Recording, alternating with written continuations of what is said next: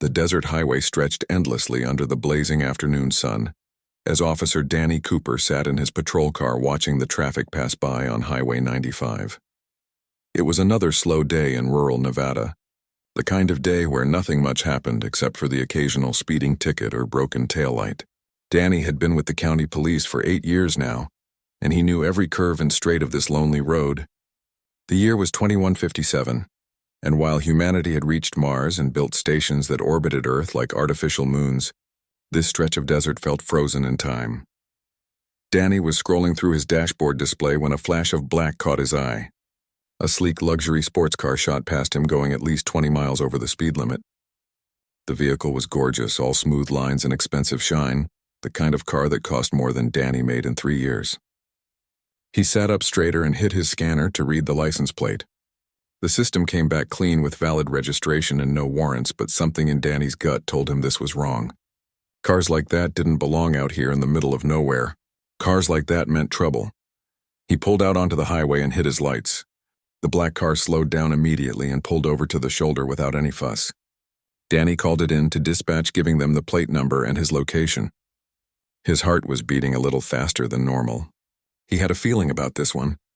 The windows were tinted dark and he couldn't see who was inside. As he approached the driver's side, his hand instinctively moved closer to his sidearm. His body camera was recording everything as department policy required. Danny reached the window and knocked on it with his knuckles.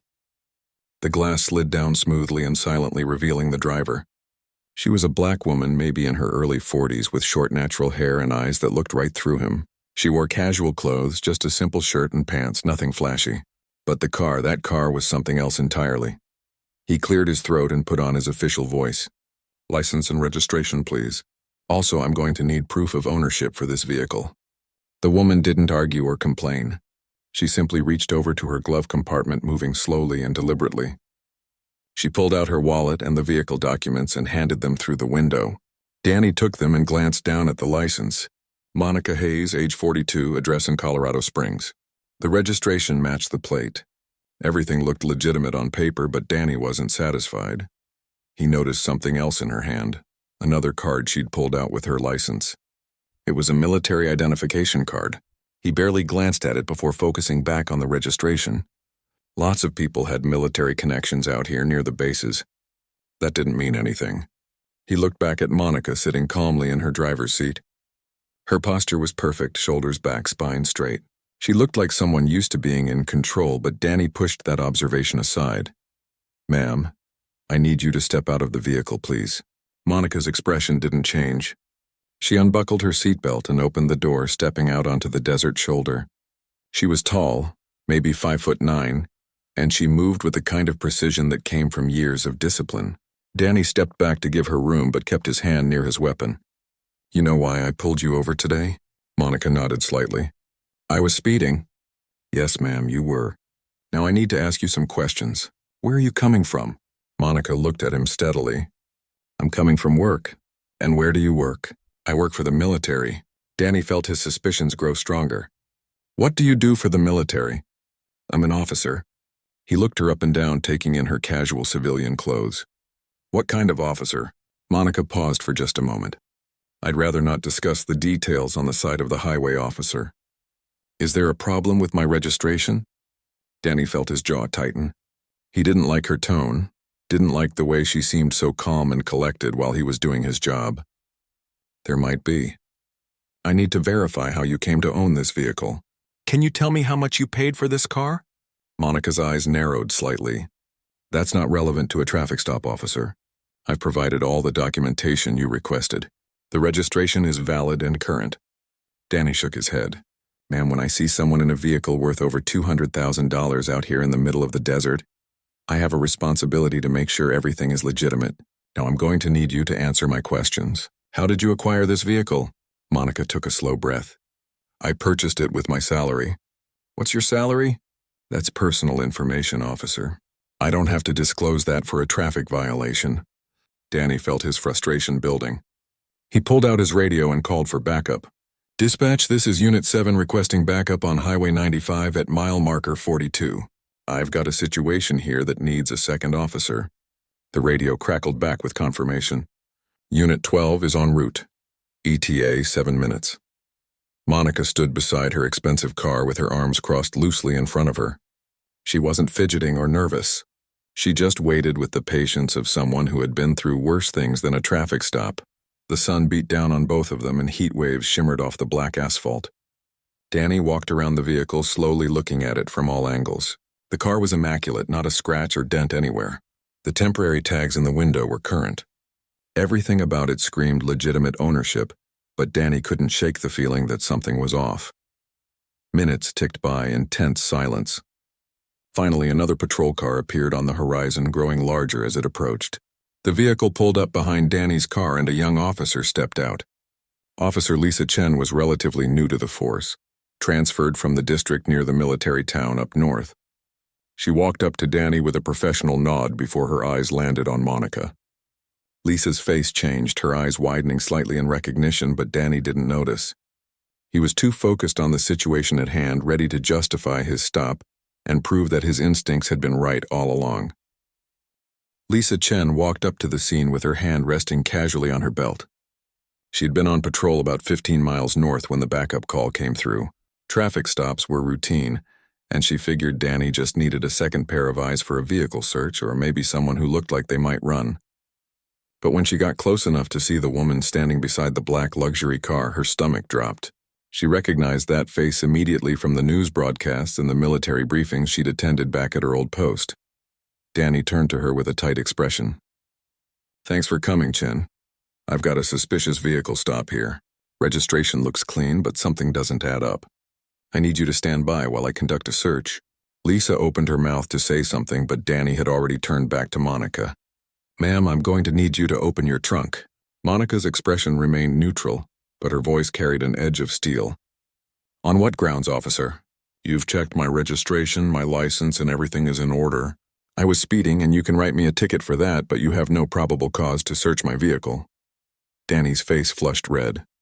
"Ma'am, I have reasonable suspicion that this vehicle may be involved in illegal activity. I'm within my rights to conduct a search." Monica's jaw tightened, but she didn't move. "What illegal activity, speeding? That doesn't give you the right to search without my consent or a warrant."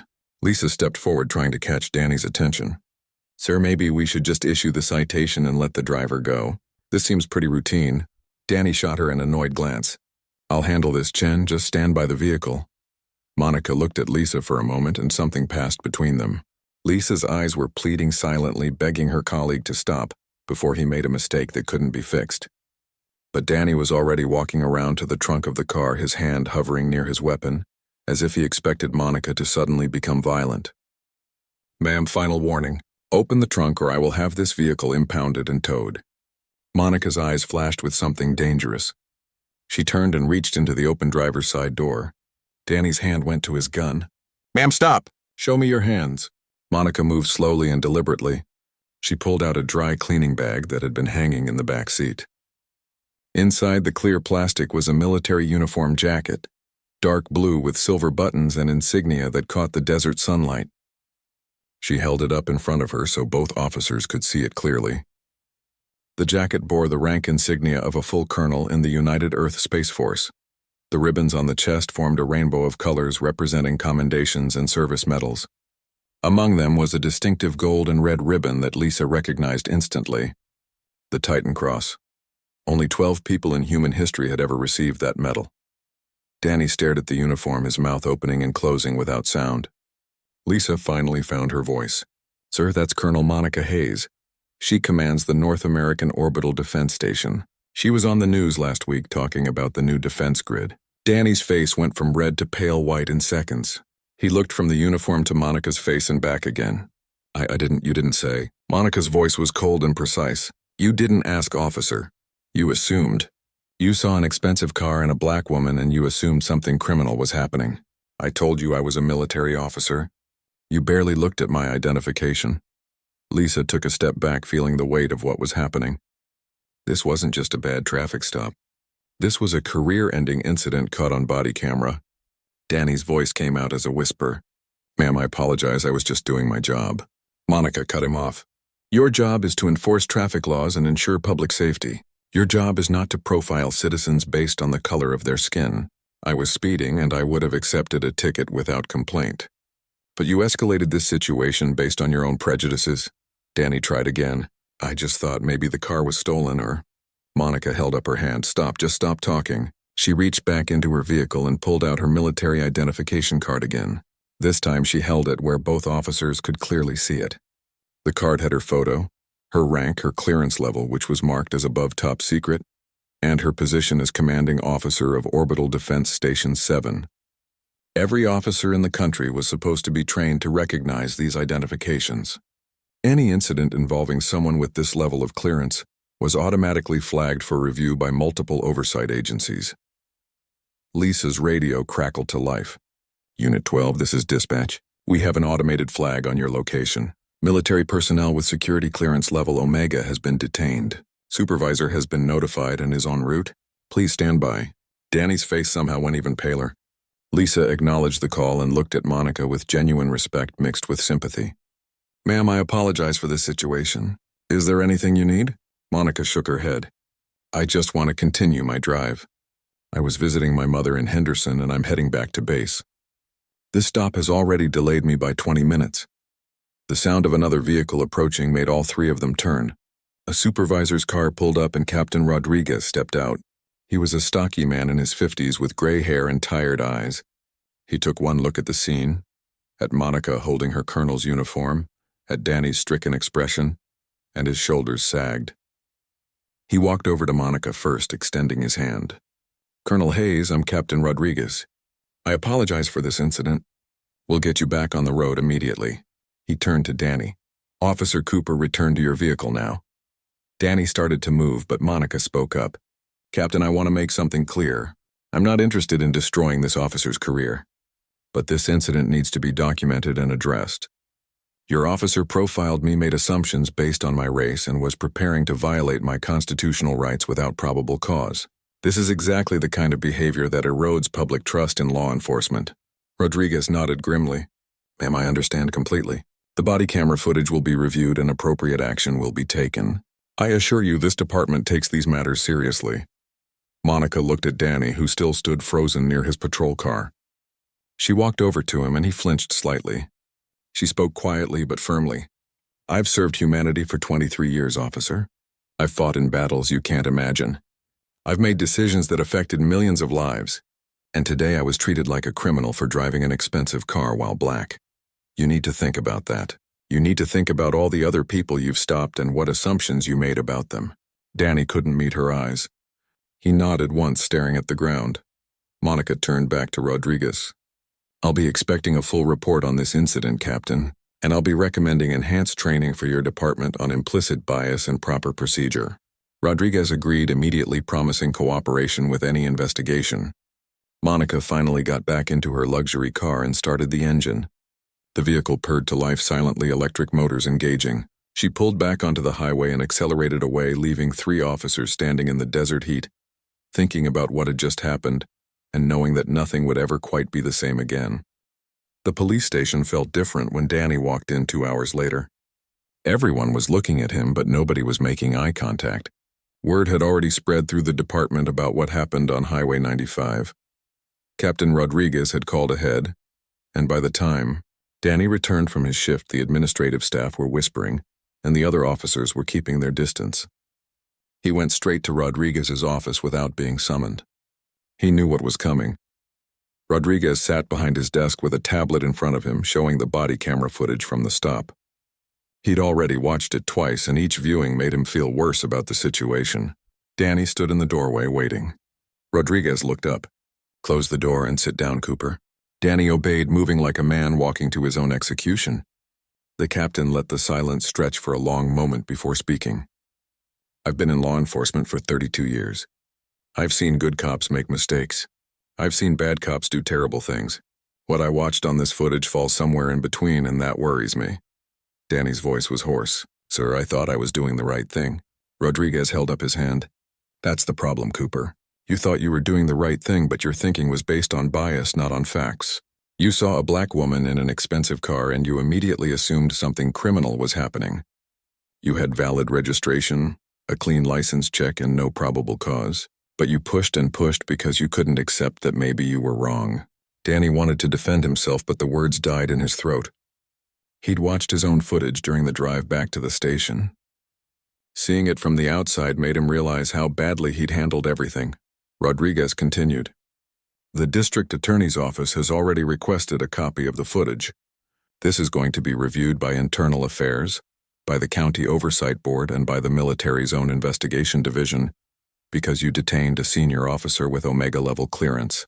Do you understand how serious that is? Danny nodded slowly. That clearance level means she works on projects that are vital to Earth security. Stopping her, questioning her, threatening to search her vehicle, all of that could have interfered with classified operations. You're lucky this didn't happen on her way to a critical briefing. What happens now? Danny asked quietly. Rodriguez leaned back in his chair. First, you're on administrative leave effective immediately. You'll still be paid, but you're not on patrol until this investigation is complete. Second, you're going to participate in whatever remedial training the review board mandates. And third, you're going to hope that Colonel Hayes is as forgiving as she seemed to be on that highway. Danny felt his stomach turn. She said she didn't want to destroy my career. Rodriguez's expression hardened. What she wants and what happens aren't always the same thing. This footage is going to go public. It has to. Any incident involving military personnel at that level is subject to transparency laws. Once it hits the news, your face will be known across the country. The next 72 hours proved Rodriguez right. The footage was released as required by law, and within hours it was everywhere. News networks ran segments analyzing every moment of the stop. Social media exploded with commentary. People who had never heard of Colonel Monica Hayes suddenly knew her name and her story. She was a decorated war hero, a woman who had held the line during the Titan Station crisis when hostile forces had attacked humanity's outer colonies. She had saved thousands of lives through her quick thinking and courage under fire, and she had been treated like a criminal on a desert highway because of the color of her skin. Danny's name was also public record. He received threats, hate mail, and hundreds of messages calling him every name imaginable. His address was posted online. He had to disconnect his communication devices, and his wife took their kids to stay with her parents. The local news camped outside his house. Reporters wanted interviews that he was forbidden from giving during the investigation. His life became a nightmare of isolation and regret. But while the public rage focused on Danny, something else was happening behind the scenes. Colonel Hayes was making decisions about what came next. She sat in her office aboard the orbital defense station 400 miles above Earth's surface. The station was a marvel of engineering, a rotating wheel that created artificial gravity through spin. From her window she could see the curve of the planet below, blue and green and achingly beautiful. Her executive officer knocked on the door frame. "Come in." Commander Helen Price entered and took a seat across from Monica. "The investigation reports are in, Colonel. The district attorney is recommending disciplinary action but no criminal charges. Internal Affairs at the police department is pushing for termination. The county wants this to go away quietly, and the media wants blood." Monica turned away from the window. "What do you think, Helen?" The commander considered her words carefully. "I think Officer Cooper made a serious mistake based on prejudice. I also think he's not alone. This happens every day to people who don't have the platform. You have to fight back. If you push for termination, he loses his job, and maybe that teaches him a lesson. But it doesn't change the system." Monica nodded. "That's what I've been thinking too. Firing him makes headlines for a week, and then everyone forgets and nothing changes." She pulled up a file on her desk display showing Danny Cooper's service record. 8 years on the force, mostly clean record. 2 commendations for community service. No previous complaints of racial profiling. This might be the first time he got caught, or it might be the first time his bias really showed. Either way, he's a symptom of a bigger problem. "So what do you want to do?" Helen asked. Monica smiled slightly. "I want to educate him. I want him to spend a week up here on this station. I want him to see what humanity can accomplish when we put aside our prejudices and work together. I want him to meet my crew and understand that excellence has nothing to do with skin color. And then I want him to go back to Earth and become an advocate for change." Helen raised her eyebrows. "That's ambitious, Colonel. He might not learn anything. He might just resent you more." Monica shrugged. "Maybe. But if there's even a chance he comes out of this as a better person and a better officer, then it's worth trying." Besides, the alternative is watching him become a martyr for people who think like he does. They'll say he was just doing his job and got destroyed for it. I won't give them that narrative. The proposal went through channels quickly. The police department was eager for any solution that didn't end in more bad publicity. Danny was informed that Colonel Hayes was offering him an alternative to termination. He could spend 1 week aboard the orbital station as part of a specialized training program. He would observe operations, attend briefings on diversity and unconscious bias, and meet with service members from all backgrounds. At the end of the week, he would write a report on what he learned and implement new training protocols in his department. If he refused the offer, he would face immediate termination and loss of his pension. If he completed it successfully, he would return to duty on probation with the incident permanently on his record. Danny sat in his dark living room reading the proposal for the 10th time. His wife sat beside him holding his hand. "You should do it," she said softly. "You made a mistake, Danny, a bad one, but you can learn from it. You can be better." Danny felt tears burning in his eyes. "I thought I was a good cop. I thought I was fair." His wife squeezed his hand. "Maybe you were. Maybe you weren't. But now you have a chance to really examine yourself and change. Don't waste it." Danny looked at the proposal again. Going up to that station meant facing the woman he'd humiliated. It meant admitting he was wrong in the most direct way possible. It meant being uncomfortable and challenged and forced to confront things about himself he'd rather ignore. But the alternative was losing everything and learning nothing. He picked up his tablet and typed out his acceptance before he could change his mind. 3 weeks later, Danny received his travel orders. He would report to the Nellis Aerospace Command for medical clearance and pre-flight preparation. Then he would take a shuttle up to Orbital Station 7 where Colonel Hayes was waiting. The station was home to 200 military personnel who protected Earth from external threats and coordinated the defense grid that spanned from low orbit to the asteroid belt. Danny had never been to space before. He'd never wanted to. But ready or not, he was going up, and his life was about to change in ways he couldn't yet imagine. The shuttle launch facility at Nellis Aerospace Command was nothing like Danny had imagined. He'd seen pictures of the old rocket launches from centuries ago with massive towers and explosive liftoffs. This was different. The shuttle sat on an electromagnetic rail track that stretched for miles across the Nevada desert. It looked more like a sleek aircraft than a spaceship, all smooth white curves and swept wings. Danny stood with a group of military personnel and civilian contractors who were also heading up to various orbital stations. He was the only one who looked terrified. A young flight officer named Kate Willis checked his medical clearance and fitted him with a pressure suit. It was lightweight and comfortable, nothing like the bulky spacesuits from old movies. These modern suits were designed to deploy automatically if cabin pressure failed. Kate explained everything patiently as if she could sense his anxiety. "First time up?" Danny nodded. She smiled. "It's easier than you think. The acceleration is strong, but it only lasts about 10 minutes. After that, you'll be in zero gravity until the shuttle docks with the station. The station itself rotates for artificial gravity, so once you're inside, it'll feel almost normal." Danny tried to absorb all this information, but his mind was racing with fear and anticipation. The shuttle could carry 40 passengers, and today it was full. Danny found his assigned seat and strapped in following Kate's instructions. The other passengers chatted casually about their work and their plans once they reached orbit. They were comfortable with this routine flight that happened twice a week. Danny felt completely out of place. The seat restraints were sophisticated with multiple redundant systems. His suit interfaced with the chair, monitoring his vital signs. A display showed his elevated heart rate, and the suit's medical system suggested breathing exercises to help him calm down.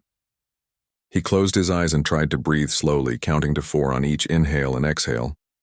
The shuttle captain's voice came over the intercom. "Good morning, passengers. This is Captain Ramirez. Weather is clear and we have authorization for launch in 5 minutes. Flight time to Station 7 is approximately 2 hours. Please ensure your restraints are secure and your suit systems are active." Danny checked his straps 3 times. The minutes ticked down. At 30 seconds, the electromagnetic rail began charging. Danny could feel a faint vibration through his seat. At 10 seconds, the cabin lights shifted to a soft blue. And then the rail fired. The acceleration hit Danny like a physical blow. He was pressed back into his seat with tremendous force as the shuttle shot forward along the track. The desert outside the window became a blur. Within seconds, they were moving faster than the speed of sound. The force continued to build, and Danny struggled to breathe against the pressure on his chest. Just when he thought he couldn't take any more, the shuttle left the rail and angled sharply upward. The wings provided lift as they climbed through the atmosphere. The blue sky outside gradually darkened to indigo, then to black. Stars appeared, and Danny realized with a shock that he was seeing space with his own eyes. The acceleration finally eased off, and the captain announced they had reached orbital velocity. The restraint lights changed to green, indicating passengers could release their straps if they wanted to experience zero gravity. Most people stayed seated, but a few veterans of space travel unbuckled and floated up from their chairs. Danny kept his restraints firmly fastened. Without the acceleration pressing him down, he felt weightless and disoriented. His stomach did uncomfortable flips. The suit's medical system detected his nausea and administered a mild medication through a patch on his neck. The relief was almost instant. Danny looked out the window and caught his breath. Earth hung below them, massive and impossibly beautiful. He could see the curve of the horizon, the deep blue of the oceans, the white swirls of clouds. The shuttle rotated slowly as it adjusted course, and continents slid past. He saw the desert where he'd pulled over Colonel Hayes just a few weeks ago. From up here it looked so small and insignificant. The problems that seemed so important on the surface felt different from this perspective. National borders were invisible from space. The divisions that separated people couldn't be seen from 400 miles up. There was just one planet, one humanity spinning through the void. The flight passed in a daze of wonder and anxiety. Danny couldn't stop looking at Earth. He watched as they passed over different time zones, seeing cities lit up in the darkness and sunrise spreading across the Pacific. Other spacecraft passed them at various altitudes. Cargo haulers bringing supplies from the moon. Patrol ships monitoring for debris. Private vessels carrying wealthy tourists. Space was busy with human activity in ways that the public didn't always appreciate. After nearly 2 hours, the captain announced they were approaching Station 7. The orbital defense station appeared in the distance and grew larger as they approached. It was enormous, a wheel shape rotating steadily to create artificial gravity through centrifugal force. Solar panels stretched out like wings catching the sunlight. Weapons arrays bristled from the outer hull, designed to intercept threats to Earth. Communication dishes pointed in all directions. Docking ports studded the central hub where the rotation axis kept things motionless. The shuttle fired positioning thrusters and began its careful approach. Danny watched through the window as they matched rotation with the station and slowly moved toward an open docking port. There was a gentle bump as the shuttle connected, followed by the sound of seals engaging. The captain confirmed a good dock and cabin pressure equalized with the station. The restraint lights went green and passengers began unbuckling. Danny waited until most of the others had moved toward the exit before releasing his own straps. He floated awkwardly in zero gravity near the docking hub. Kate appeared beside him and showed him how to use the handrails to pull himself toward the exit. Once they passed through the airlock and into the station's rotating section, gravity gradually returned. Danny's feet found the floor and weight came back to his body. An officer was waiting in the arrival area, checking identification and directing people to their assignments. When Danny approached and gave his name, the officer's expression became carefully neutral. "Officer Cooper, you're assigned to guest quarters on Deck 3. Colonel Hayes has scheduled an orientation meeting with you at 1400 hours. That's in about 90 minutes. Someone will come to collect you." Danny nodded and followed the directions to his temporary quarters. The corridors of the station were clean and efficient, with colored lines on the floor marking different sections. Personnel passed him in the halls, men and women of every ethnicity wearing the uniform of the Space Force. They all moved with purpose and confidence. Nobody paid Danny any special attention, but he felt like everyone knew who he was and why he was there. His quarters were small but comfortable, a narrow room with a bed, desk, storage locker, and a tiny bathroom. A window showed the curve of the station, and beyond it, the darkness of space. Danny sat on the bed and tried to process everything that had happened in the last few hours. He'd left Earth's surface for the first time in his life. He'd seen the planet from space, and now he was on a military station waiting to meet with the woman he'd wronged, preparing to face the consequences of his actions in the most direct way possible. His hands were shaking. The suit's medical system was still monitoring him and suggested he drink water and eat something. He forced himself to follow the advice. At precisely 1400 hours, there was a knock on his door. Danny opened it to find a young enlisted woman waiting. She saluted briefly. "Sir, I'm Petty Officer Linda Grant. Colonel Hayes is ready to see you now. Please follow me." Danny followed her through the corridors, trying to memorize the route but quickly getting lost in the maze of passages. They passed the mess hall where dozens of crew members were eating and talking. They passed equipment rooms full of advanced technology Danny couldn't begin to understand. They passed viewports showing Earth in all its glory. Finally, they reached a section marked Command and Control. Petty Officer Grant stopped at a door and pressed the call button. A voice from inside said to enter.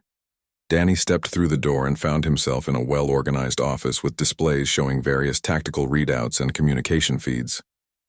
Colonel Monica Hayes sat behind her desk reviewing reports on a holographic screen.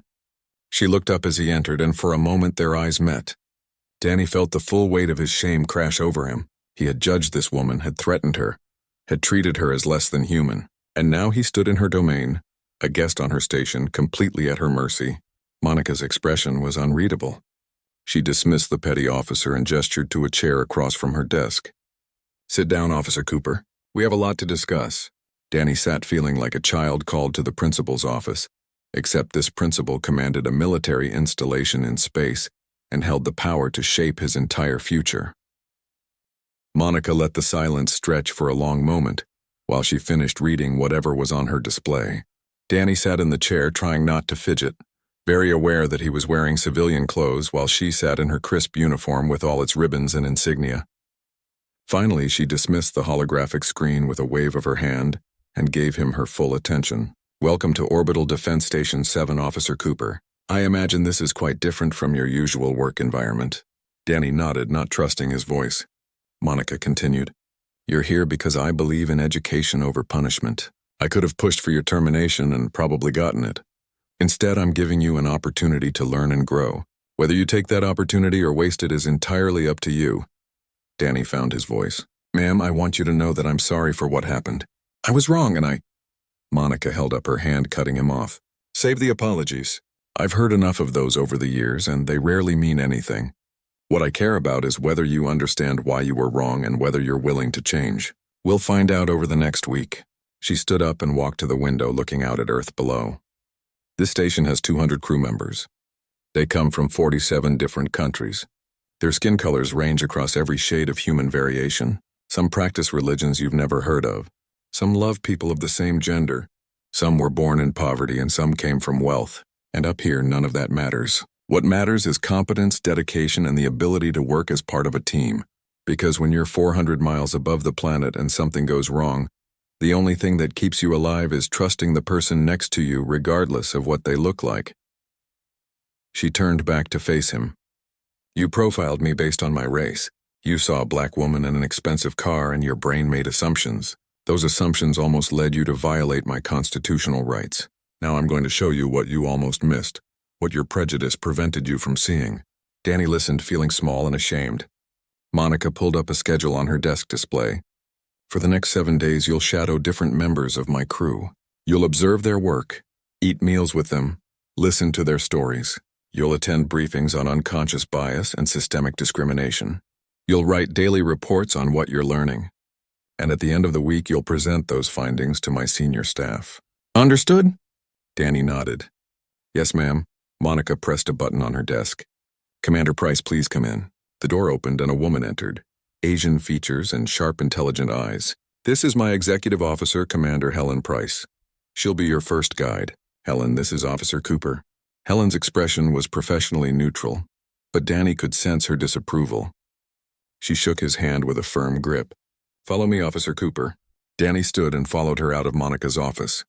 As the door closed behind them, Helen spoke. "I'm going to be honest with you. Most of the crew doesn't want you here. They know what you did and they don't think you deserve a second chance. But the colonel believes in giving people opportunities to change, so here you are. My advice, keep your eyes and ears open and your mouth shut unless someone asks you a question." They walked through the corridors and Helen explained the station's layout. The outer ring held living quarters, recreation areas, and the mess hall. The middle sections contained operations centers, laboratories, and equipment bays. The central hub was for docking and zero-gravity work. Each section was color-coded and clearly marked. The station operated on a 24-hour schedule with 3 shifts rotating through command and control. Personnel worked in various roles from tactical operations to engineering to medical support. Helen led Danny to the main operations center, a large room filled with displays and workstations where crew members monitored everything from Earth's atmosphere to distant asteroid movements. A tall black man looked up from his console as they entered. Helen made introductions. "This is Lieutenant Carlos Martinez. He handles tactical coordination for our defense grid. Carlos, this is Officer Cooper, who will be observing operations today." Carlos studied Danny for a moment before nodding. "Take a seat over there and stay out of the way. You can watch, but don't touch anything." Danny sat in an observation chair and watched as Carlos worked. The tactical displays showed hundreds of objects in Earth's orbit. Satellites, space stations, cargo haulers, patrol ships, debris fields. Carlos tracked them all, making constant small adjustments to traffic patterns and sending updates to other stations. His fingers moved across the haptic interface with practiced ease. After about an hour, Carlos spoke without looking away from his screens. "You know what the most dangerous part of this job is? It's not hostile forces or equipment failures. It's complacency. It's assuming you know what's going on without checking the data.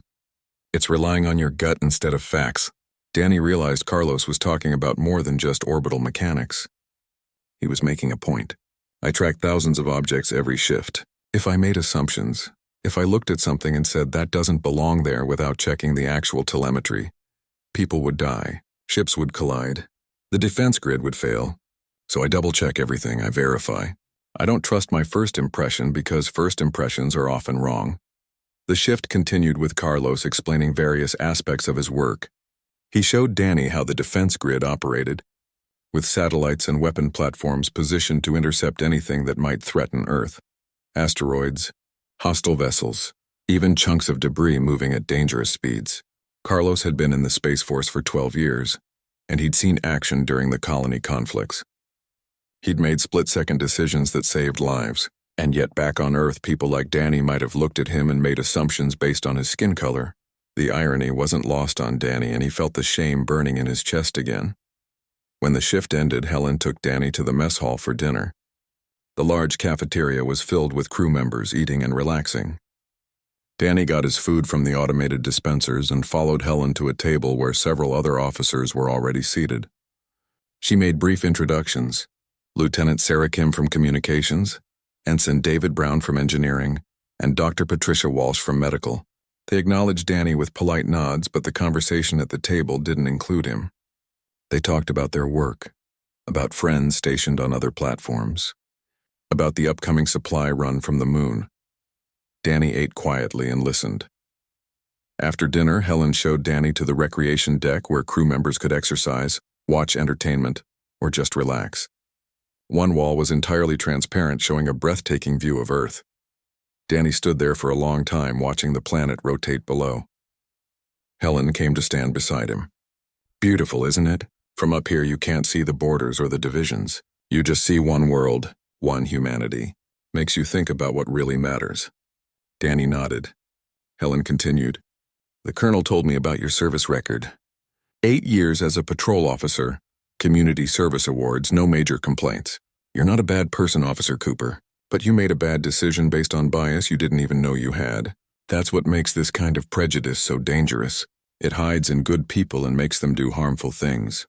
That night in his quarters, Danny wrote his first daily report. He described what he'd observed, the professionalism of the crew, the complexity of their work. He wrote about Carlos and his comment about assumptions.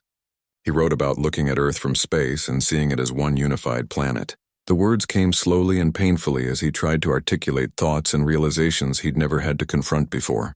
When he finished, he submitted the report to Colonel Hayes and lay in his narrow bed staring at the ceiling.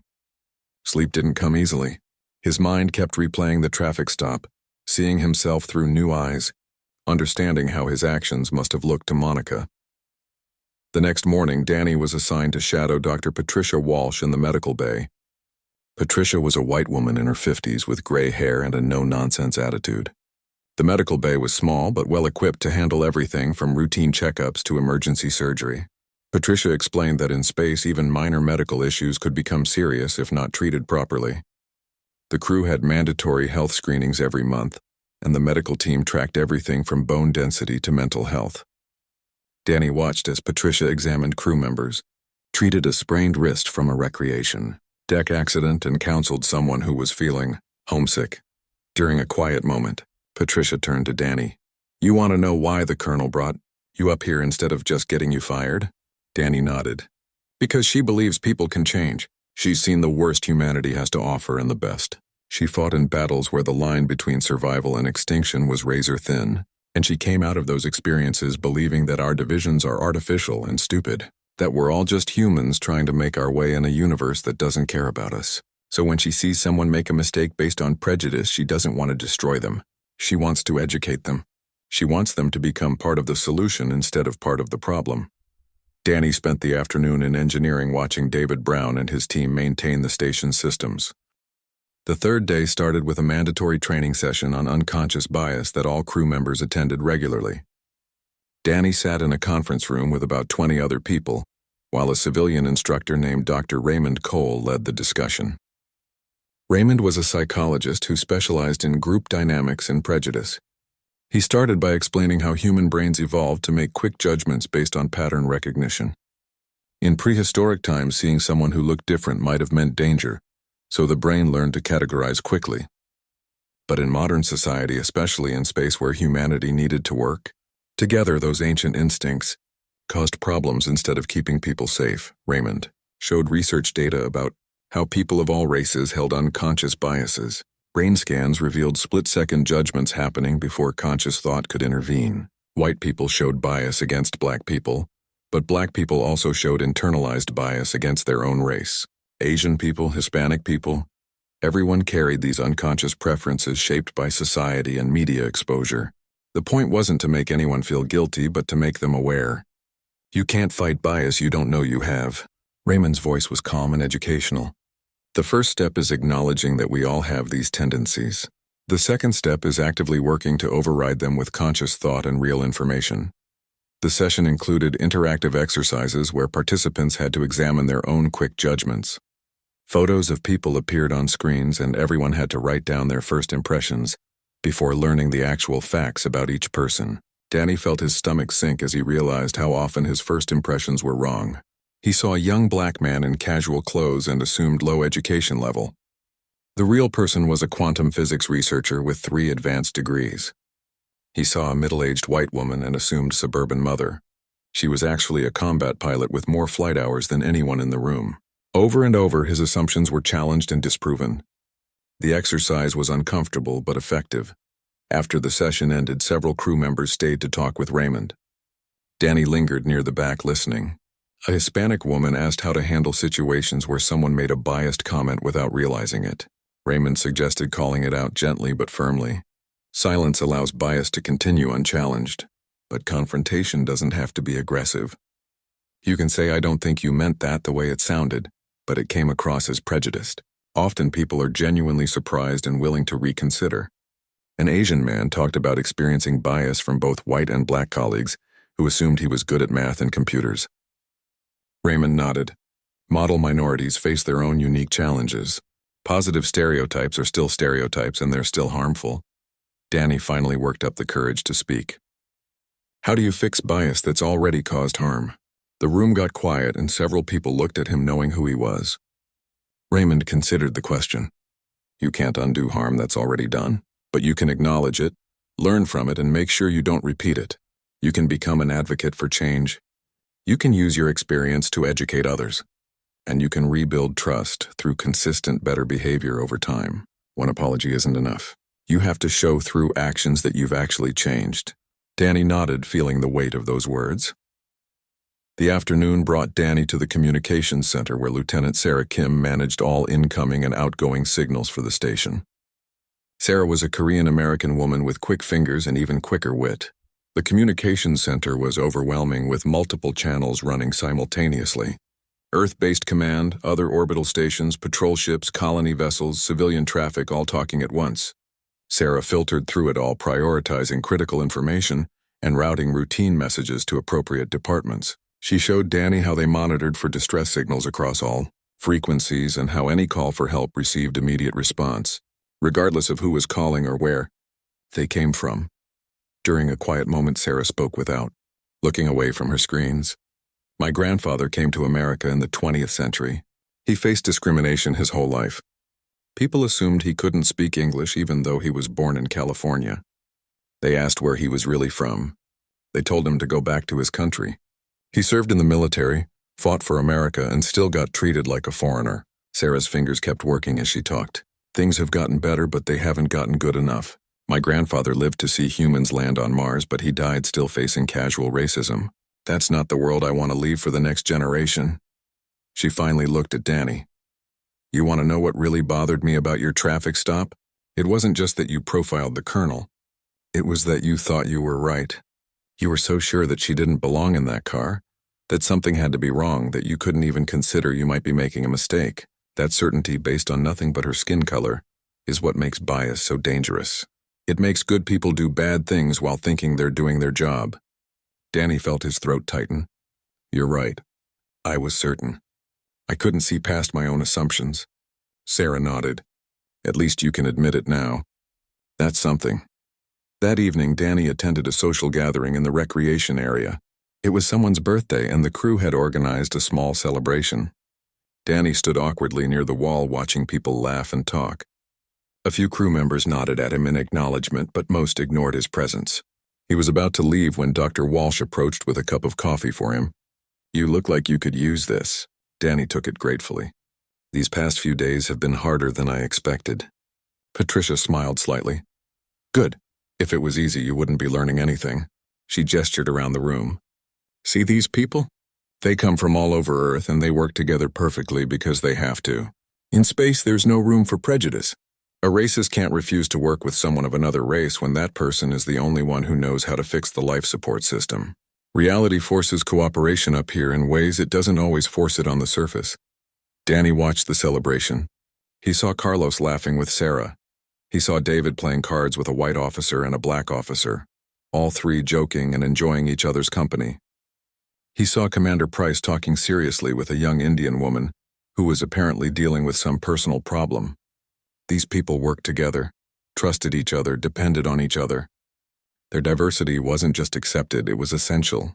Different perspectives and different experiences made them stronger as a team. Danny realized that he'd never had that kind of diversity in his police department. Most of his colleagues looked like him, thought like him, shared his background and assumptions. No wonder bias went unchallenged.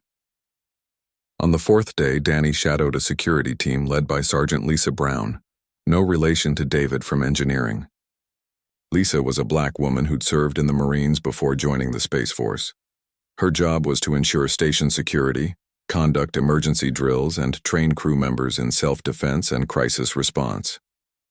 Danny watched as Lisa led a fire drill, coordinating teams to evacuate sections and seal bulkheads.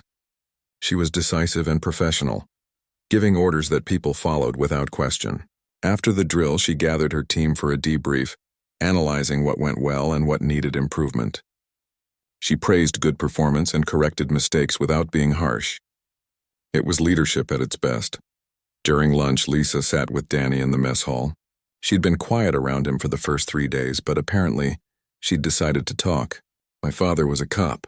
Chicago PD for 30 years. Good man, good officer. But even he had biases he didn't fully recognize. He worked mostly black neighborhoods, and he started seeing every young black man as a potential threat. It affected how he did his job. Made him quicker to draw his weapon, slower to give people the benefit of the doubt. He never shot anyone, thank God, but he came close a few times. After he retired, he went to therapy and started unpacking all the trauma and bias he'd accumulated. He told me that police work can make you paranoid and prejudiced if you're not careful. You see the worst of humanity day after day, and it warps your perspective. Lisa continued. That's why departments need good training and real accountability. Officers need to be reminded regularly that most people aren't criminals.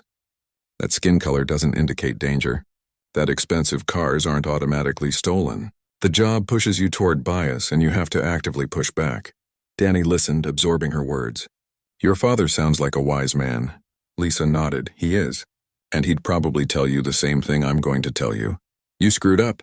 You hurt someone who didn't deserve it. But you're here trying to learn, and that counts for something. Don't waste this opportunity. Go back to Earth and be a better cop than you were before. The rest of the day passed in a blur of observations and reflections. Danny watched crew members from dozens of different backgrounds working together seamlessly. He saw competence and dedication everywhere he looked. He saw people who could have held grudges or maintained divisions, instead choosing to see each other as teammates and friends. That night his daily report was longer and more personal than the previous ones. The sixth day brought an unexpected development that would test everything Danny had learned. He was observing the command center during the morning shift when alarms suddenly blared throughout the station. Commander Price's voice came over the intercom, sharp and clear. All personnel to emergency stations. We have a priority distress call from civilian vessel approaching Mars orbit. Crew members moved with practiced speed to their positions. Danny pressed himself against the wall, trying to stay out of the way as the command center transformed into controlled chaos. Colonel Hayes arrived within seconds, pulling on her uniform jacket as she entered. Report.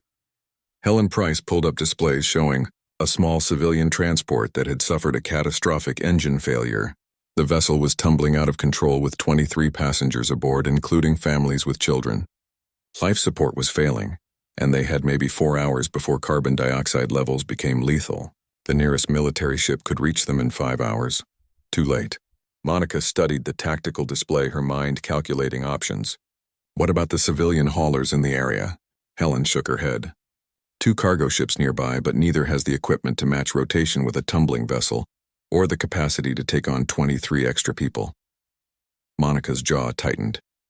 Then we send a rescue shuttle from here. Helen looked doubtful. Colonel, that's a 12-hour round-trip minimum. We'd have to pull crew from essential stations, and if anything else happens while they're gone. We don't have a choice, Commander. Those people will die if we don't act. Prep Shuttle 2 and assemble a rescue team. I want our best pilots and medical personnel. Helen nodded and started issuing orders. Danny watched, fascinated and frightened, as the station mobilized for the rescue operation. Within 30 minutes, a 6-person team was ready. 2 pilots, 2 engineers, and 2 medics. They boarded the shuttle and launched from the station, accelerating hard toward Mars. The command center tracked their progress while simultaneously monitoring the failing civilian vessel. Carlos was coordinating with the rescue team, providing constant updates on the tumbling ship's trajectory. Sarah was managing communications, keeping the terrified passengers informed and calm. David and his engineering team were running simulations to help the rescue pilots plan their approach. Everyone had a role and everyone executed it perfectly. Monica stood at the center of the command center, directing operations with calm authority. She was everywhere at once, checking displays, listening to reports, making decisions. Danny realized he was seeing her in her element, doing the job that had earned her all those medals and ribbons. This was what leadership looked like. Not the abuse of power he'd shown on that highway, but the responsible use of authority to protect and serve. Hours passed in tense concentration. The rescue shuttle reached the disabled vessel, and the pilots began the dangerous work of matching rotation. They fired thrusters in precise bursts, slowly synchronizing with the tumbling ship. It took 45 minutes of careful maneuvering before they could dock. The rescue team entered the civilian vessel and found chaos inside. Passengers were in various states of panic and oxygen deprivation. The medical team immediately began treating the worst cases while the engineers assessed whether the ship could be saved. The answer was no. The engine failure had caused too much damage. They would have to evacuate everyone to the rescue shuttle, which meant multiple trips. The shuttle could safely carry 12 additional passengers at a time. They'd need to make 2 runs. The first group of passengers, including all the children and the most critical medical cases, were loaded aboard. The shuttle undocked and began the journey back to the station. Monica turned to her crew. Good work, everyone. Now we wait. Danny found himself standing near her, and he spoke without thinking. Those people don't know how lucky they are that you're in command. Monica glanced at him. They're lucky that I have a competent crew. Luck alone doesn't save lives, Officer Cooper. Training, dedication, and trust save lives. Danny nodded, understanding the lesson. He'd seen that truth demonstrated over the past 6 days. These people trusted each other completely because they'd proven their competence and commitment over and over. Trust like that couldn't be built on assumptions or prejudice. It had to be earned through actions. The first shuttle load of passengers arrived at the station and were taken to medical for evaluation. Most were shaken but unharmed. The children were scared and crying but alive. The shuttle refueled and headed back for the second group.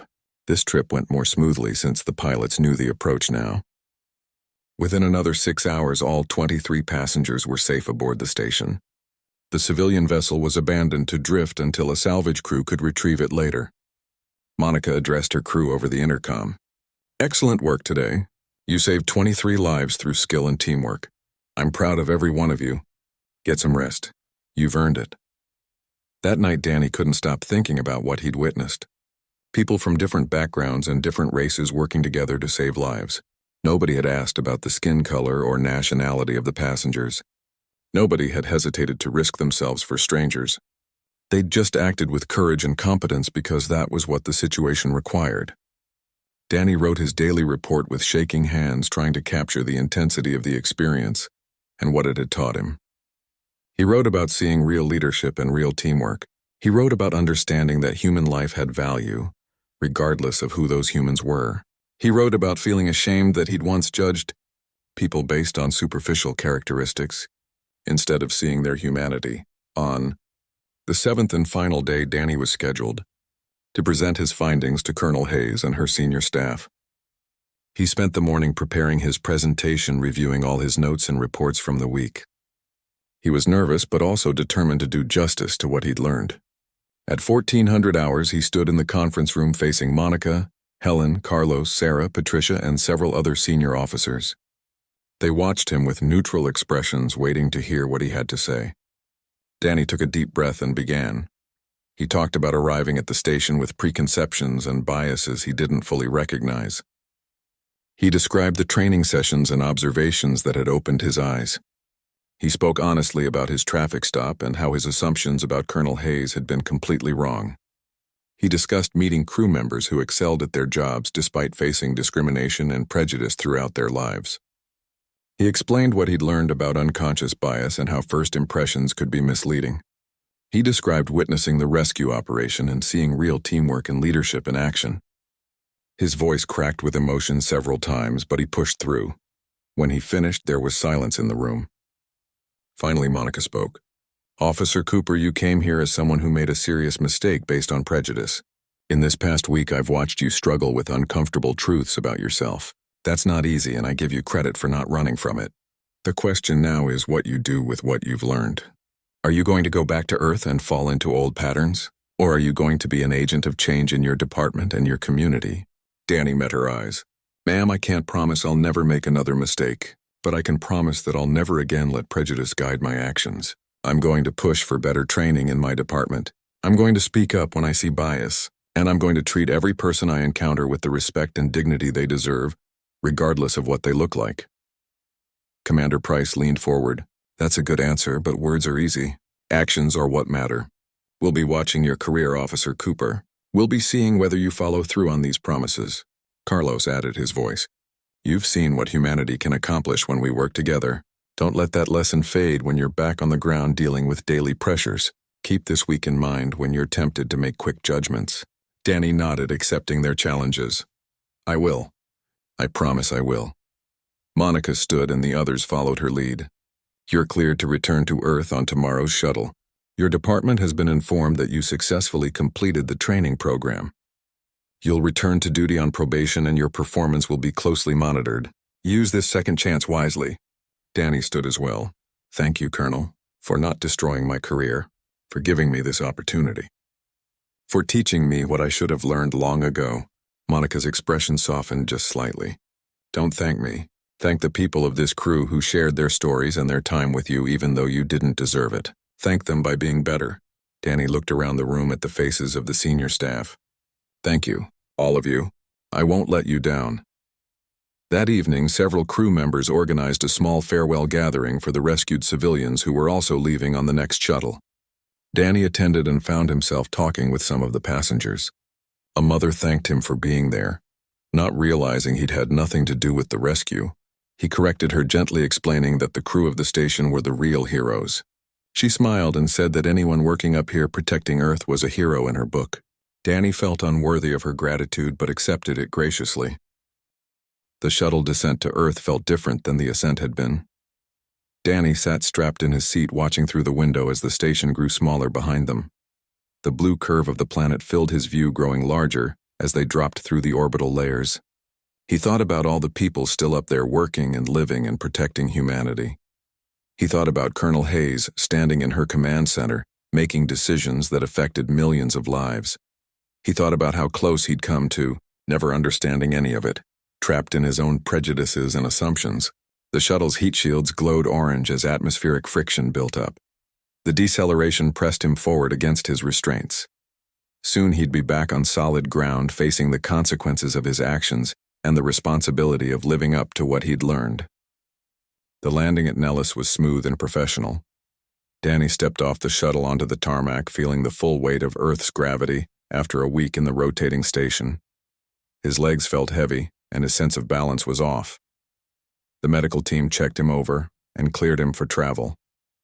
He collected his belongings and found his wife waiting for him outside the facility. She ran to him and he held her tight, feeling tears on his face that he couldn't stop. "I missed you." She pulled back to look at him. "You look different." "Something changed." Danny nodded. "Everything changed. I need to tell you about it, all of it." They drove home together and Danny talked the whole way, describing his week in space and the lessons he'd learned. His wife listened without interrupting, and when he finished, she took his hand. "I'm proud of you for facing this. Now you have to follow through." The next day, Danny reported to Captain Rodriguez for his return to duty meeting. Rodriguez looked older and more tired than Danny remembered. "Sit down, Cooper." The captain pulled up files on his desk display. "Your training reports from Colonel Hayes have been received and reviewed. She gave you satisfactory marks on all required areas and noted significant improvement in your understanding of bias and prejudice. She's also recommended that you be assigned to help develop new training protocols for the department." Danny felt surprise and gratitude. "She thinks I can help with training?" Rodriguez nodded. "She thinks your experience, both the mistake you made and the education you received, can be valuable in teaching others. But you're still on probation for the next year. Any complaints, any hint that you're falling back into old patterns, and you're done. Understood?" Danny nodded firmly. "Understood, sir." Over the following weeks, Danny settled back into his routine, but nothing felt quite the same. He saw his job differently now. Every traffic stop was an opportunity to practice what he'd learned, to check his assumptions and treat people with respect. He pulled over a teenager in an expensive sports car, and instead of assuming it was stolen, he verified registration and sent the kid on his way with a warning about speeding. He stopped a homeless man for a minor violation and took time to connect him with social services instead of just writing a citation. He responded to domestic calls and mental health crises with more patience and understanding. His fellow officers noticed the change. Some were supportive and asked about his time on the station. Others were skeptical and made jokes about him being brainwashed. But Danny didn't let the skepticism deter him. He volunteered to work with Rodriguez and the department's training coordinator to develop new protocols. They brought in experts on unconscious bias and community relations. They redesigned the training curriculum to include more emphasis on de-escalation and cultural sensitivity. They made body camera reviews a regular part of performance evaluation, so officers could see how their interactions appeared from the outside. Danny shared his own footage from the traffic stop that had changed his life, using it as a teaching example of how good intentions and proper procedures could still result in harmful bias. It was humiliating to have his mistake shown to every officer in the department, but he did it anyway because it mattered. 6 months after his return, Danny was invited to speak at a community forum on police relations. The local community center was packed with residents, many of them people of color who had their own stories of being profiled or mistreated. Danny stood at the podium feeling vulnerable and exposed. He told his story without making excuses. He described pulling over Colonel Hayes and making assumptions based on her race. He talked about facing the consequences and being sent to the orbital station for education. He discussed what he'd learned and how it had changed him. And then he opened the floor for questions. The room was silent for a moment before hands started going up. A black woman in her 60s asked how she could trust that police officers would treat her fairly when bias was so common. Danny answered honestly. You can't trust blindly. Trust has to be earned through consistent behavior. What I can tell you is that I'm working every day to be worthy of that trust, and I'm pushing my department to do better. But I also know that one officer changing isn't enough. The system has to change, and that takes time and pressure from the community. A young Hispanic man asked if Danny thought racism in policing could ever really be fixed. Danny paused before answering. I don't know if we can completely eliminate bias from human nature, but I believe we can build systems that identify it, correct it, and hold people accountable. I've seen what's possible when diverse groups work together toward a common goal. That same cooperation needs to happen here on Earth. The forum lasted 3 hours with Danny answering questions, listening to stories, and acknowledging pain that his profession had caused. It was exhausting and emotional, but also necessary. As people left, several came up to thank him for his honesty. One older black man shook his hand and said he'd been profiled dozens of times in his life and never received an apology from any officer. The fact that you're trying to do better means something. Don't give up. Danny promised he wouldn't. He drove home that night feeling drained but purposeful. This was the work he needed to do, uncomfortable as it was. This was how he honored what Colonel Hayes had given him. A year after the traffic stop incident, Danny received a message through official channels. Colonel Hayes was scheduled to give a presentation at a law enforcement conference in Las Vegas, and she had specifically requested that Danny attend. He arranged time off and drove to the conference feeling nervous about seeing her again. The conference hall was filled with police officers, sheriffs, federal agents, and other law enforcement professionals from across the western states. Danny found a seat in the back as the lights dimmed, and Colonel Hayes took the stage. She wore her full dress uniform with all her medals, and she commanded the room's attention immediately. Monica spoke about security and cooperation between military and civilian law enforcement. She discussed threats to Earth from space and the need for coordinated response. But then she shifted topics to internal threats that came from division and prejudice within human society. She described the traffic stop incident without naming Danny, explaining how bias had nearly derailed a senior officer's important work. She talked about the education program she'd implemented and the results she'd seen. And then she said something that made Danny's heart stop. I'm pleased to announce that Officer Danny Cooper, who many of you know from the widely publicized incident, is here today. Officer Cooper, would you please stand? Danny stood on shaking legs as hundreds of faces turned to look at him. Monica continued. Officer Cooper made a serious mistake based on prejudice. But instead of being destroyed by that mistake, he chose to learn from it. He spent a week on my station confronting his biases and understanding the harm they cause. And when he returned to Earth, he didn't hide from his error. He owned it. He used it to educate others. He became an advocate for change in his department and his community. That is the kind of courage and growth we need in law enforcement. Officers who can admit when they're wrong and work to do better. The room erupted in applause, and Danny felt tears streaming down his face. He sat down quickly, overwhelmed by the recognition and support. After the presentation, Danny made his way to the front where Monica was surrounded by people wanting to talk with her. He waited patiently until she was free, then approached. Colonel. She turned and smiled. Officer Cooper. How are you? Danny searched for words. I'm good, ma'am. I've been working on implementing the things you taught me. I saw your presentation at the community forum last month. You're doing good work. Keep it up. Danny felt emboldened by her approval. Ma'am, I want you to know that I think about that day on the highway constantly. It's the biggest regret of my life, but also the thing that changed me for the better. I'll spend the rest of my career trying to make up for it. Monica's expression softened. You don't need to make up for it forever. At some point you have to. Forgive yourself and just focus on being better going forward. But I appreciate your dedication. They talked for a few more minutes about the changes in Danny's department and the broader reforms happening in law enforcement.